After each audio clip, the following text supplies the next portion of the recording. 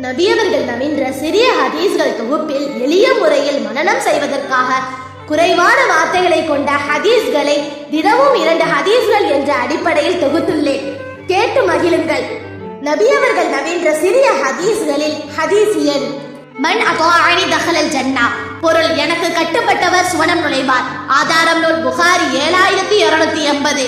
நபியவர்கள் நவீன்ற சிறிய ஹதீஸ்களில் ஹதீஸ் எண் லா தஅக்குலு பிஷ்ஷிமாலி, பொருள் இடது கையால் உண்ணாதே.